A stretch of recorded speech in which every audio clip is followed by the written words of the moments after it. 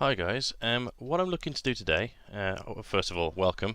It's my third Twitch stream, I think. Anyway, so I'm taking a bit of a break from doing Fallout, and I just want to take this opportunity to explain to you some thoughts I've been having about some role playing that I've been doing recently. So I've got back into role playing. I used to play D&D. In fact, I used to Dungeon Master D&D 3.5 back in university. So that was going on what 7, 8 years ago, something like that. So anyway, I ran a 3-year campaign. Everyone seemed to really enjoy it. I really prided myself on making sure that the guys who I was DMing to had choices available to them. So that they always had more than one mission they could do because I'd prepared more than one at all times. And they also had the ability to do whatever they liked, whether it failed, whether it had no effect, just choosing a random running up a wall or whatever, depending on the time. But what I hadn't done at that time is everything was very stuck to the dungeons that I'd mapped out. So if they'd gone down the route of doing this dungeon, inevitably they were going to finish that dungeon and it was going to be done and there'd be a certain outcome and that would affect the overall story, and it was all very set in stone. And that's just the way I used to work. But since coming back into to role playing very recently, we've come across a rule set called Apocalypse World. Now, for anyone who knows role playing, they'll be familiar with the old way of Dungeons and Dragons, whereby you have set stats, and if you want to shoot someone, you have a dice to roll. If you want to, which then has to beat certain values, the DM sets a difficulty. And if you want to jump over a ledge onto another ledge, then there'll be a difficulty set down. You're rolling to beat that, and if you succeed, you succeed. If not, and a lot of the times there's no sort of negative effect. Although in the example I just gave you, if they fail, then they're likely to fall down between the ledges, that sort of thing. Sorry if I'm talking a bit fast. I tend to do this quite a bit. So, going back to Apocalypse World, what that does instead is it has a hit, which is you're rolling 2d6, and you have a modifier which is based on the stats you can see on the screen at the moment. So you roll. If you get above 10 on 2d6, it's a hit, so you succeed. That might be that you get to choose certain options, default options, or it might just be that, yeah, it happens. If you get between 9 and 7, or 7 and 9 as the case may be, then you succeed. But there's repercussions, so depending on what you're trying to do, that could be that the DM chooses them, or it might be that you choose a minor success and you get to choose a few things that you can do. For example, if you're shooting someone, you can either hit, that's great, you can miss, succeed but not 100%, whereby you get to choose certain things that you've done, or if you get 6 or below, you've actually missed. And basically the Dungeon Master gets to choose, in this case the Master of Ceremony, the MC, we'll call him the GM for now. The GM gets to choose what happens to you, which, depending on what his game plan is and how he sees the fiction fit in that situation, could be that something really bad happens. So what this system does is it encourages people to not to overdo things and keep trying rolls all the time, because if they keep failing, then chances are they're going to really hurt themselves, and there's repercussions for everything. So that is one really cool idea. Now, the other idea that Apocalypse World brings to the table is the idea that basically the first session there's no what's what I'm looking for, preparation to be done by the GM. He goes into it, and you're basically just finding out the history of the different people, how they know each other, and then they're also you're actually, as the GM, you're asking them questions about their environment, so they make up the world. And then you take tidbits out of what they've made and turn those into things, using things called fronts and threats, whereby you set down a threat or a front, and then it escalates over time, and depending on certain things happening or it being ignored, the threat gets bigger, and then eventually it hits the players, and they just get done by it, or they deal with it early on, and it becomes nothing. So, and they also go through over time. But what I wanted to do in this stream is I want to just go over a few ideas I've had for taking Apocalypse World, which of course is set in a really depraved apocalyptic world, and turning it round and basically using it for Firefly. So for the setting of Firefly, which, if you don't know, is Joss Whedon's. There was also a film called Serenity, but it was his TV series. It's a massive cult hit. It was really good, but unfortunately it got axed. And I think the reason for that is that they wanted him to concentrate on Buffy, because I think he was doing the two at the same time. So they axed the newer one, which was amazing, and carried on doing Buffy to the end. But anyway, that's a completely different thing to cover. So what I wanted to do is just go through, because basically there's very little that you need to change to make this work in Firefly. So Firefly is a western. It's a space opera western.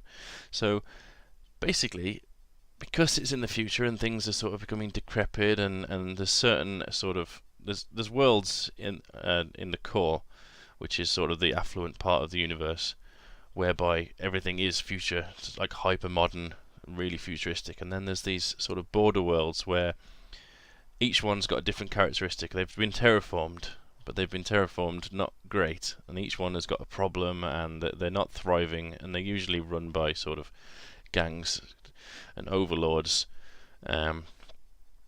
Take control.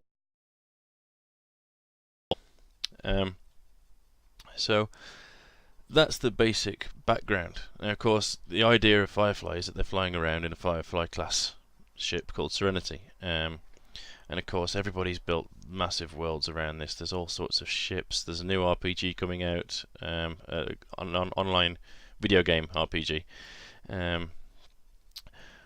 which has loads of ships. So the universe is just expanding and expanding, and the fans are building it, and it's being built by companies that have got the IP, and it's just getting out of control.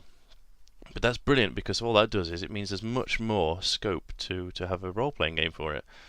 Now, so I just, like I say, I'm going to try and go through it. So the main stats: cool, hard, hot, sharp, and weird. Now, cool is doing things under fire, as you can see on the screen. You've got hard, which is going aggro, or seizing by force, which usually involves threatening people or using violence, basically, is the seize by force. Then you've got seduce or manipulate, which uses your hot value.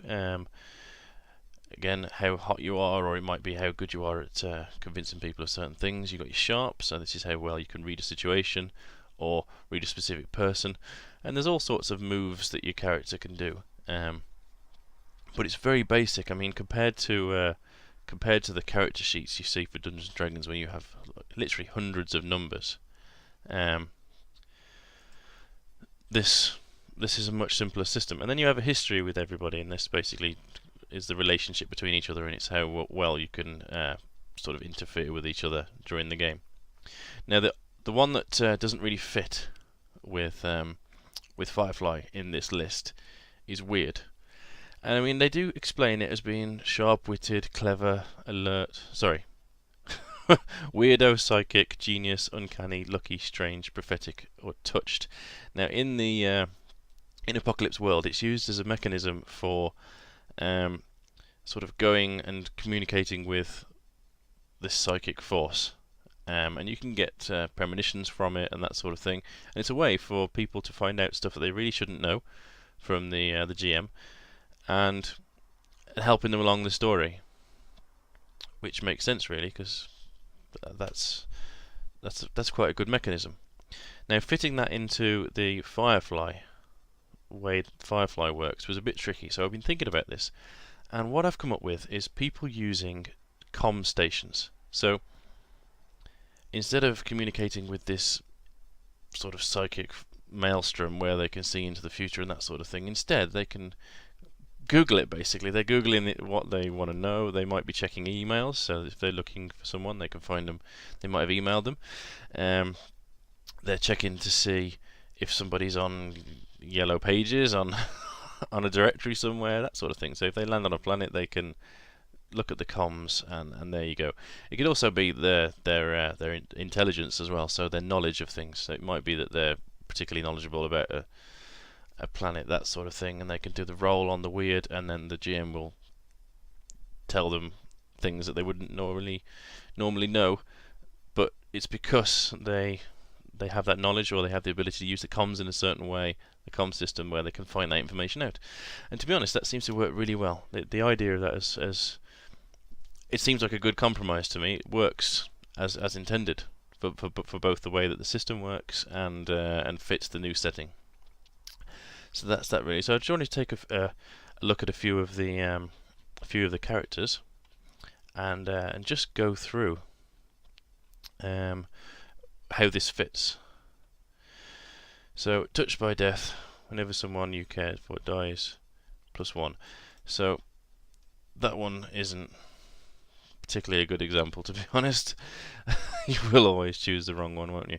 But I mean, there's all sorts like, sorry about this. Not every character uses weird. There are some. For example, there's the Savvy. Sure, I can just quickly find him. Here we go.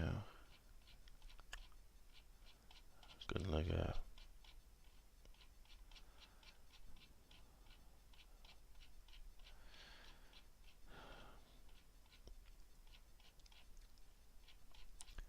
This is great. This is great broadcasting, as you can see. I'm doing a fantastic job of this. So, so things speak. So this could be a knowledge of how to fix things. It could also be that they've got a serial number. So, for example, who's handled this last before me? If they've got a serial number on a piece of equipment or a piece of machinery in the ship, they want to know where it came from. Then they can search that serial number in the comm system and find out. It's that sort of thing. Deep insights just means that they have +1 weird. In this case, it'll be +1 knowledge or comms, and they're just better at doing it. So that's really useful for that user. And it's just that sort of thing. So creating the ship is fairly simple. The way I was going to do it was I was just going to basically choose a certain size ship, or make them choose a certain size ship, and then I was going to go around each person and find out what sort of things they needed to be on the ship, and then decide from that. And they got to give me a good reason as to why those things should be on the ship, whether it be if they've chosen the driver on this, which you could really interpret as pilot. One of the options they can choose is let's just have a look. It involves having 2 extra cars. Let's have a quick look.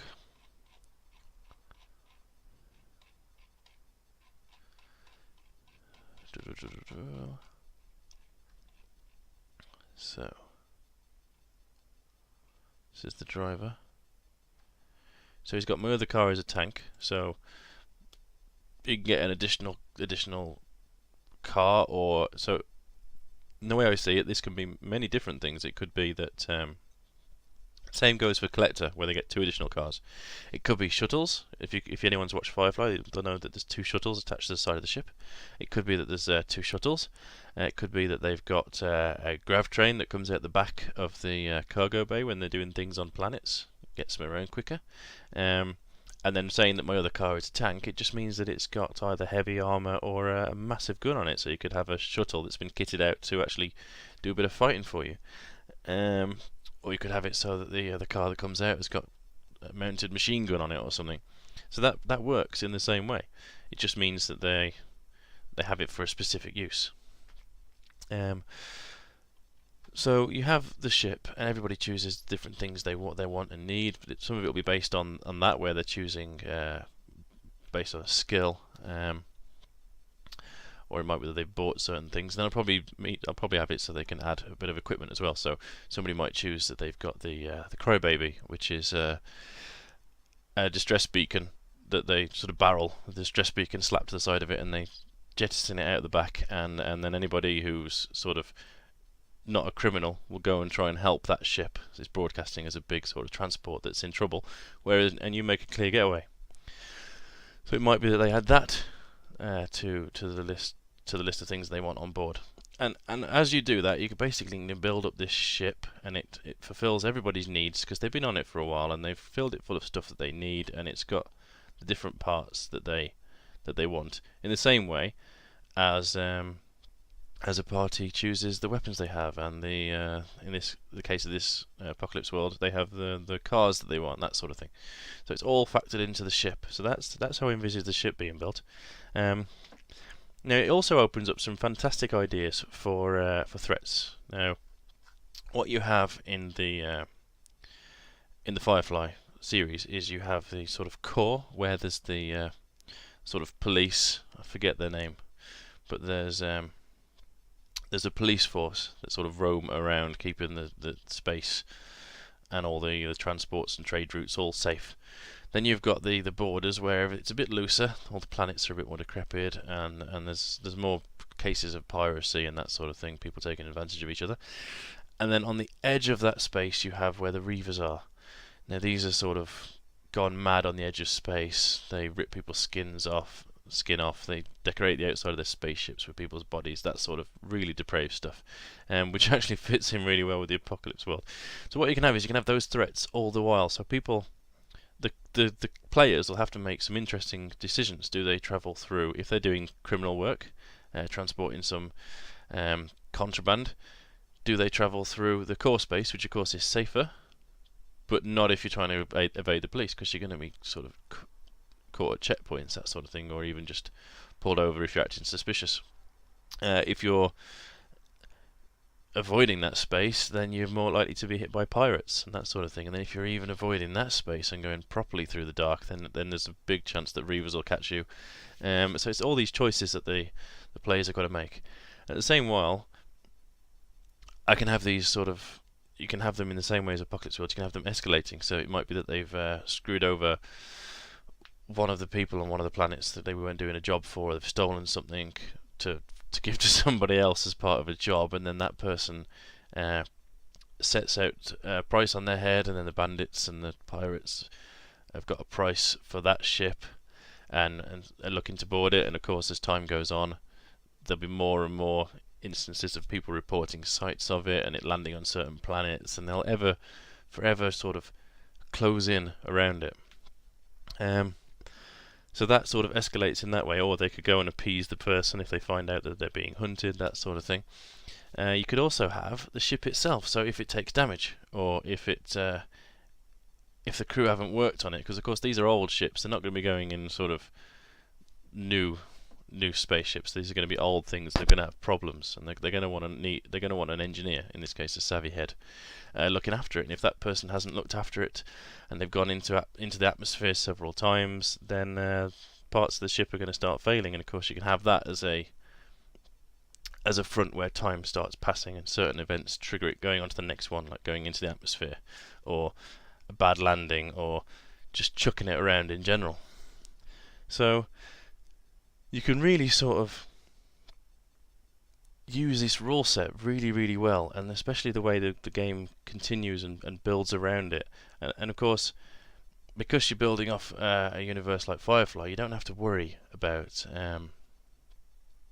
making up planets and people, because if you're really, really short on time and you haven't had a chance to, or they haven't described it, and you're in a certain part of space, well then there's plenty of lore on the Firefly universe, and you know what planet's there and what the people are like and that sort of thing. So they can land there, they can get on with it. So really, what I was interested in finding out was if anybody else has any thoughts on this. I don't think I've got any viewers on Twitch at the moment, but I'll be putting it up on my YouTube channel for anyone who wants to see, and also keeping it as a recording on Twitch.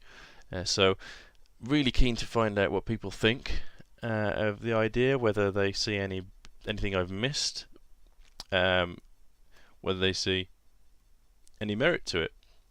So I really think this could be even if not specifically Firefly, even if you just go in the space opera, where you just want to have the Apocalypse World rules, which are very sort of DM light, and the characters create most of the world, and like I say, it has these escalating things where you don't necessarily have an overarching story, but there will be these escalating threats at all times that are just coming after the characters, and that in a way is going to be the story.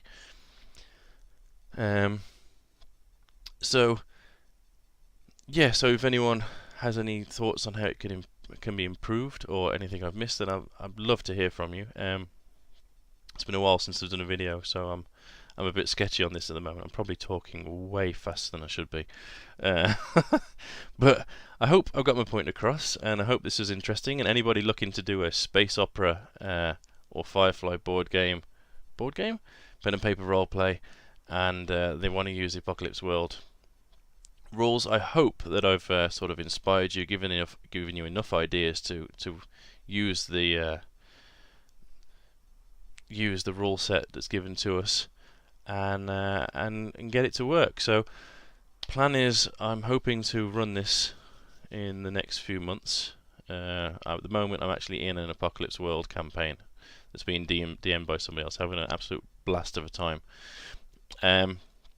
So it'll be a while yet, but I'm hoping that I might be able to broadcast it on Twitch live, and then also put it onto the YouTube channel as well, which is why you can see the interface that I've got around here is actually set up for Apocalypse World, because I was playing around with interfaces trying to get an idea of what's possible. So that will basically be an online roleplay session whereby you have the webcams dotted around the screen, and then a dice roll from Roll20 in the corner, that sort of stuff, because basically all the role playing I do at the moment is online anyway, using Skype and Roll20, so I may as well use the same thing and broadcast it, and we'll see what people think. So I'm hoping my first broadcast might be the Firefly one, and that everyone enjoys it. So I've rambled on for far too long. Yeah, get in touch if you have anything at all to say. Really keen to hear anybody's feedback, and you guys have a good day. Thanks very much for watching. Cheers.